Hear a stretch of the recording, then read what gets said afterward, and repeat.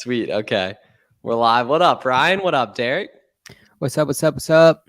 Damn, we got the boys coming, the audio coming through right there. Let's see. How's Buy Box Bandits? We filmed another good Buy Box Bandits episode today. See what we got. Yeah. Cool. So we'll be on for like 30 minutes or so. So everyone feel free. Any questions you guys got, fire away. And such, would love to help. Just let us know what you got. We'll be live for 30 minutes. So any questions you guys have, feel free to let us know. How was your day, Garrett? Busy, but good. Good. Good. That's the best days. Yeah. I'm sore from working out, but how sore should I be? Like in the beginning, very sore. Okay, well, I'm not working hard enough then because I'm definitely not very sore. But you got to kick my ass this weekend, okay?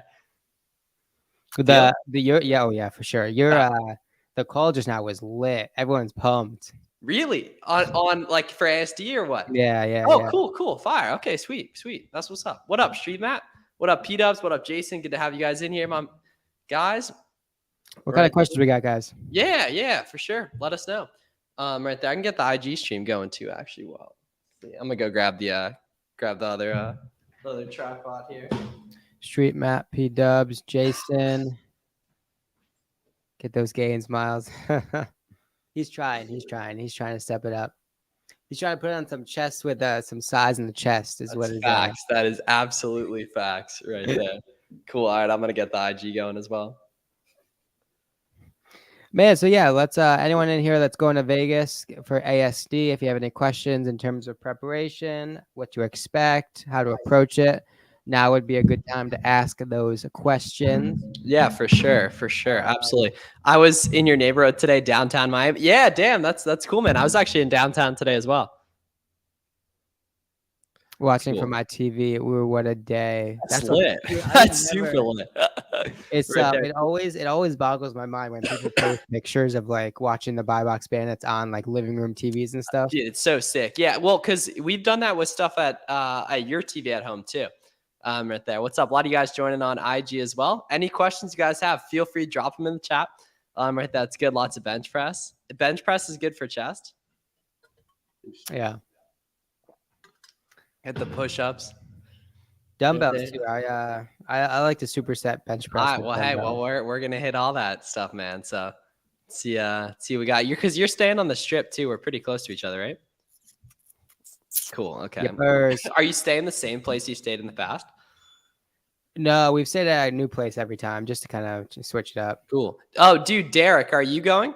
I wish I could make ASD to check it out. I hope my capital we're ready for the next one. Yeah, exactly, dude. Save the capital, and you'll be good to go. Just got started with QuickBooks Online and A2X. I've heard very good things about QuickBooks. That's what I use as well. Not so sure on A2X. I'm sure it is good though. When starting out, how much did you reinvest into growing your business? So you want to reinvest as much as possible. I was at a lucky point where I was making money in other ways too, so I didn't really have to take money out of it necessarily. So I was, at a lucky point, but I had also worked to, have that infrastructure in place. Yeah, I mean, this is one of the questions we get a bunch in terms of like how much to start with. And ultimately, the really big first priority is going to be developing the data fluency, developing the confidence that what you're looking at from a data perspective is going to operate how you expect. And once you develop that confidence, then the threshold is going to be different. Some people it takes a couple of months, some people it takes a couple of weeks. That may vary. But whether you have 10,000 or 2,000, right? What's really important is that you're really comfortable with the data. And then once you're comfortable and confident, well, now you can start leveraging all that capital that you have, right? Obviously, the more money you have to invest, the faster your business is going to grow. But if you're stuck within $1,000, $500, that's what you got, right? So you're probably going to see a little bit slower of a growth phase, but you're still going to be growing nonetheless, again, with the understanding that all your buys are accurate. What up, Spaceship? Are you mostly, Garrett, 100% wholesale, right? Mm-hmm. You'll squeeze some OA back during Q4, that's for sure. Right there. But, that's the kind of like non-negotiable stuff that's, naturally just going to come up and such. What up, Spaceship? Can you make a video on safety claims? What specifically with safety claims, Jay? It's pretty straightforward typically, but happy to help. You have $10,000. How do I start Amazon wholesale? Watch some YouTube videos on it, man, and get going. You'll need some different paperwork in terms of wholesale and such as well, because they make money. Yeah, I mean the biggest thing outside the US is going to be having a domestic location to receive your inventory, right? If you're selling on .com, on Amazon Marketplace USA, you're going to have to use Amazon USA fulfillment centers. And to do so, you have to really ship from suppliers to a stateside prep center. And that's really going to be the biggest obstacle. Send a prep center again once FBM slows down, which is probably going to be early September. Mia right there, but the data is going to be different for everyone. Like I wouldn't worry about that at all. Like you should be running out of FBA inventory right now. Damn, bro, that's awesome. When I can quit my 9 to 5, cool. A lot of squats. It walks funny. Yeah, we'll see. We'll see how that goes. Dude, Andres, I got you, man. If you got any questions, let us know. Does ratings affect buy box? Yes, but not as much as people think by a mile. Yeah. Their price and delivery date, stock count, stock history on that ASIN are significantly more important. Miami boys, yes, sir. Yeah, Yes, one of the big things is going to be like Miles talked about, that longevity on a listing. We see a bunch across all sorts of different products, right? If you look at the data history, the buy box history, you'll see one seller who came in stock maybe 180 days ago starts at 2%, 90 days, 10%, 30 days, 30%, right? You can kind of incrementally shift through that buy box rotation. And a ton of times, those sellers that remain in stock, Amazon rewards, right? We don't know what necessarily all the factors that come into play when it comes to the buy box, but we know what the data tells us. And that's one thing that's fairly obvious. And of course, the lowest FBA price. Obviously, Miles talks about the 0 day handling time with merchant fulfill. All those things are going to come into play. And of course, like some location based stuff as well. But the fact of the matter is, without worrying too much into the weeds, if you buy inventory that moves and you're priced competitively, you'll get sales, whether it's your first day or your 1,000th. Guys, today I made the first move to start calling prep centers. A bit scary. Yeah, so let's dig into that in terms of like the qualifying questions that you should be asking prep centers. And remember, right? It's just as if you are interviewing an employee, right? Just as if you were interviewing someone to work a job for you. Same sort of concept, right? In terms of like qualifying questions, first and foremost, turnaround time. That after they receive your inventory, how long is the expectation for them to turn that around and have it out the door? Next would be dealing with problems, especially from an OA perspective. It's going to be a lot of inventory that either arrives broken, damaged, doesn't arrive in enough quantity. wrong item. Yeah, a lot of that. Yeah. There needs to be a really fluid and efficient way to communicate, whether that's a specific representative that handles all of your issues. There needs to be a communication channel to handle that, whether it be return label, all those sorts of things. And then obviously the next question is volume discounts. As you grow as an Amazon seller, does their fees structure change? And then lastly, and most importantly, miscellaneous fees. A lot of prep centers like to claim that they have like a flat fee and then tack on a receiving fee, a packaging fee, a labeling fee, a box fee, all these sorts of miscellaneous fees. So you just want to make sure that there are no hidden miscellaneous fees that are going to come up on your invoices, as well as how you pay. Is it month end? Is it after each shipment? Can you use a credit card? All these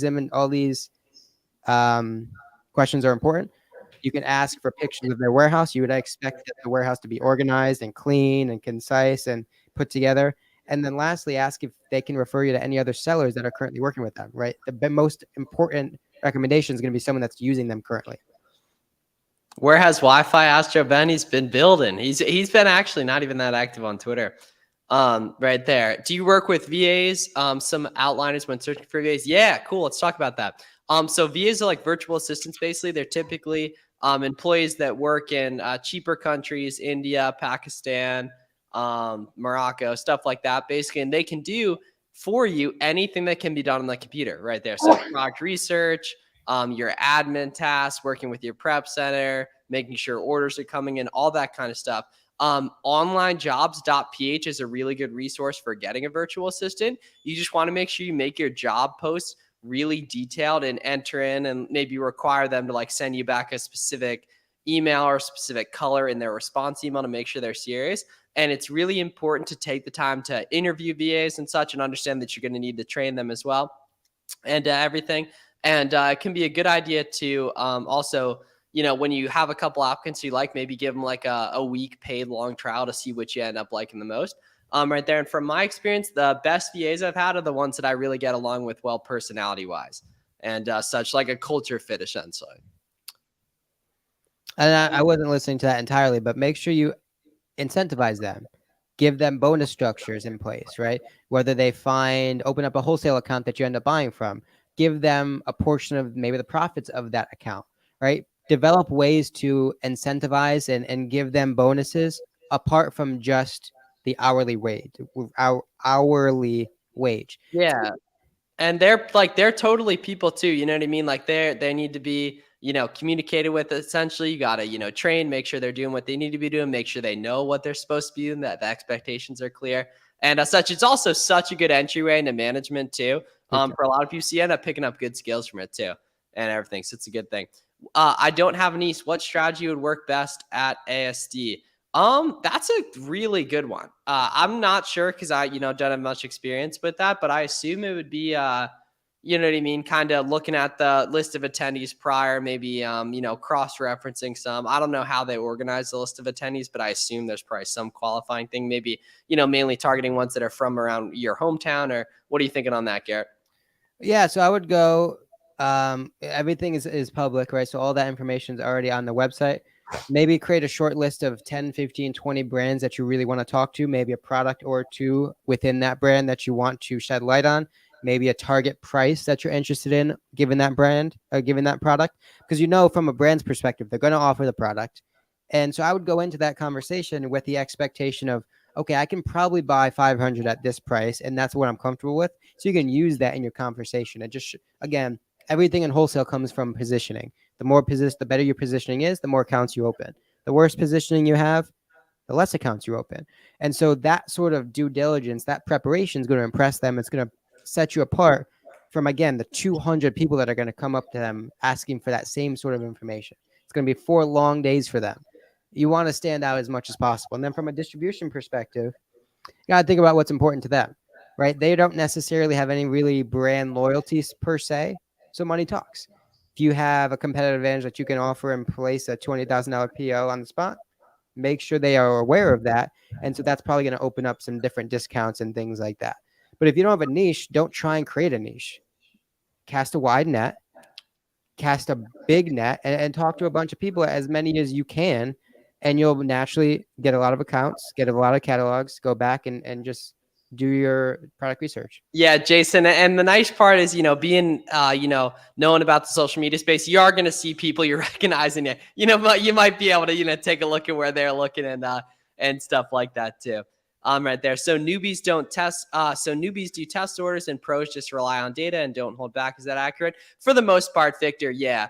Now, like, it might be the kind of thing that more experienced sellers just do larger test orders. Right? You know what I mean? I might buy 30 of a new ASIN or 50 of a new ASIN that I haven't sold Good point. before, but I trust that website. I trust that data. Maybe some of the sellers that are currently selling that product are competitors on other listings. It's probably how I found that product, using SellerAmp storefront stalking.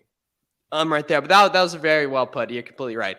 Been watching you guys for a minute. Love the content. Having issues sourcing toys for Q4. Gated in Lego, not having any luck. Any tips? Is it easier with Ari? So with Lego, man, specifically, I don't want you to worry about ungating stuff until you found stuff profitable.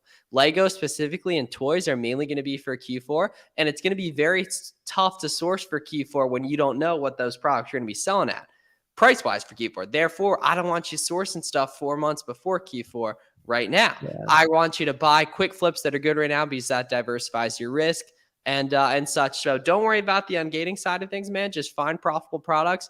Online arbitrage sourcing. I posted a good video on that today.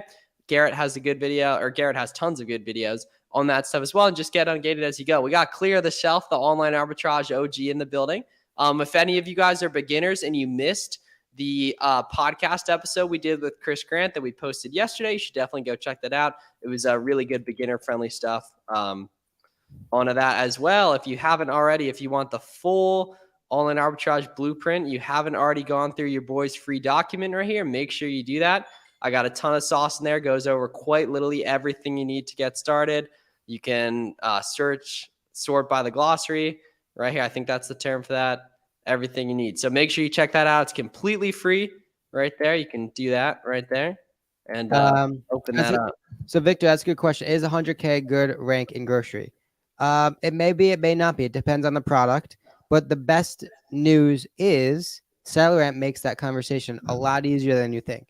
Seller Amp takes that sales rank and it equivocates it to an actual estimated amount of sales that are going to that listing, right? Obviously, you have to do digging into the variations and things like that. But you take that estimated number of sales across that listing, and then you look into the competitive sellers. Are there 10? Are there 15? Are there 5? Are there 50? Right? It makes a big difference because something that sells 50 times across 3 sellers is a whole lot different than something that sells 50 times across 50 sellers. And so sales rank is just one piece of the pie. Sales rank in conjunction with competition, competitive pricing, competitive sellers, sorry, and then ultimately the profit, that really kind of accumulates the entire product conversation. Always remember, though, it's not about the sellers, it's about competitive sellers. A lot of times on listings, there's going to be 50 sellers, and 30 of them are priced $10 above the buy box and aren't competitive. So there's not 50 sellers you got to worry about. There's whatever is 30, 20. Yeah, the difference. Yeah, like someone's really not going to have much of a chance of getting buy box if they're not within 5 to 10% of the the buy box price right there. Yeah, if you're getting declined for an ungauge, just resubmit. Right there, who wins 1v1 basketball? Not even close, Garrett Miles. knows the answer. Yep. There we go. I don't, there's not, there's maybe, I don't know if there's anyone in the Amazon space that wins 1v1 I versus don't know. So Carter, I could see being very good. Or I'm pretty sure Carter is pretty good actually, but Carter Maxwell. yeah, it depends how tall he is. I can't remember. I don't think he's like He's not super that. tall. Yeah. Have I Amazon met out of him? stock plays OP. Yeah, man. I mean, if you can set up Keepa alerts the right way, I think that's an absolutely great idea. Right there. Nope, absolutely not. You're gonna nope. There's no penalty for that. Need to rely more on seller amp and doing retail arbitrage. Yeah. Seller amp's good for retail arbitrage too. So okay, here we go. Good question, Street Matt. So our friend Corey Ganim, Ganim, has a really good video on PPC on his YouTube. So I would recommend all you guys check that out. Right there for Yeah, sure. especially from an OA perspective, there's no reason to get super in the weeds with PPC, but it does make a whole lot of sense to spend 10 minutes and set up that auto catch-all campaign. Yeah, yep. It's just going to boost your sales by whatever he says, 5, 10, 15%. Miles and I both do it. It makes it worthwhile. There's no reason not to. Set up 5v5 games in Vegas one weekend. Yeah, we'll be in Vegas this weekend, actually. Gary, you're getting there Saturday, right? Yeah. During the day? No, like 7 or 8. 7 at night? Oh, so it's going to be the same routine it fucking always is. Uncle Flips gets there earlier. We're coordinating the times. G-Body's there late, and then the Uber pulls up. We get the good dapping, and then we enjoy whatever city we're in. Per fucking usual right there. I can't wait. Man, I can't. The best part is, so I get to get my bike ride out of the way, so I'll be chilling. Oh, true. Yeah, dude. So I leave Friday at 8 p.m. Eastern Miami time, and then I land at 11 p.m. Vegas time. So I'm just gonna go straight to bed basically, and then we'll hit rolling Saturday. It's going down Saturday night. Cool. Yeah. So I assume we'll probably go out Saturday night, or like we'll do stuff because you're getting in at 8, so like we'll have time. All right. Cool. Okay. So we're all in agreement. Yeah. Justin also wants to link on Saturday. He's a good dude. Who's that? Justin, I think he went through your program, maybe not. Cool. Older guy. We met him. Oh, yeah, I know who you're talking about. Yeah, okay. Justin and his brother, I think. Justin and the other one had Joe. Dude, there's a lot of people going, man. It's gonna be a movie. But you know who I'm talking about? The older guy? Yeah. 3 killer OA websites, which you are sure 99% of folks are not aware of. You got to pay me a lot of money for me to tell you that, my man. But I do actually know exactly what I'm thinking of in that regard, though. Right there. If you did PPC on a product with competition, would the sponsored click go to you or the current? So a lot of people don't know this, but you're only paying for PPC when you're in the buy box, right? I was curious that too. Okay. It may increase your buy box percentage a bit, but you're not advertising when you're not in the buy box. When you are the featured offer, when you're winning the buy box, then Amazon then puts your PPC at the top of the page, assuming you won the bid and those sorts of things. Yeah. Corey, that's the other wholesale guy y'all have on here, right? Yeah, he's one of our So he's our guy right there. Yeah. When would you guys jump to private label? Dude, I mean, it kind of depends. So, Victor, I know you're making consistent sales now. You wouldn't necessarily jump to private label. You just start doing it along with OA, right? Use the OA to finance the private label. And I think, whenever you're comfortable, man, you're going to understand you're going to make mistakes, obviously, just like OA. There's a lot more upside with private label than there is with OA. Yeah, but there's so much low hanging fruit when it comes to OA and wholesale. It doesn't make sense to ever kind of forget about it, in my opinion. Yeah, which is how easy it is once you get good. Is that a dented hydro flask which you were refunded for and asked to keep? No, dude, I dented this a while ago. I've had this for like a year or two. Buy box and PPC makes sense. Thoughts on selling a product that has 40K reviews that's currently sold out on Amazon? BSR says unknown. Yeah, that's interesting. Yeah, I think that's a great idea. Go to the all time though and see kind of when it was last being sold right there. But it sounds good. Just placed an order with the VA, incentivize him. Yeah, bro, that's what's up, man. Thanks for all the good questions. Right there. The Selling cool, internationally? No. I mean, I'm sure you can, but I don't think you need to. the cool thing about that out of stock stuff that question was asked is you can go back in the history, like Miles was talking about, and see the action the last time it was in stock. Not a guarantee, not a given that it's going to replicate that sort of activity, but it's a pretty good chance. And though the keeper graphs where there's like those little specks of buy box or blue, meaning like there's not the buy box, those are really telling, because what those little dots tell us is someone came in stock and went out of stock really quick. And so, granted, the sales rank isn't going to be really affected by those small dots because it's such a short period of time. But those are really telling in terms of the actual velocity of those particular variations. Dude, Joji, I really like the video you did with Caleb Roth. I'm actually pulling that up because I'm going to listen to the rest of it tonight. He has like a fun interview with Caleb Roth about like kind of Caleb's entire business journey, basically.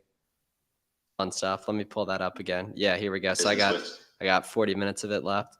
Do you have VAs? Do you source from viewers? Is it only you sourcing? Yeah. So the way I've kind of set up, like kind of like my lifestyle, is I source a lot with coaching students, basically. So I end up finding all my leads via that. So I don't have product research VAs currently. I have VAs that help out with content. Right there. What's the Rakuten check looking like? Unfortunately, 0, because wholesale you don't really get Rakuten, so it's a bummer. I tweeted today it was one of the 4 worst days of the year to be. Oh, let me retweet that. That's funny. Right there. So the threshold for Amazon being on a listing. So if Amazon's been on it more than 70% of the time, personally, I would avoid it in the last year. And that's, once again, there's people who compete with Amazon, right? So it really, really depends on, okay, when they were on it, how much were they sharing the buy box and stuff like that too. There's nuance with a lot of this stuff.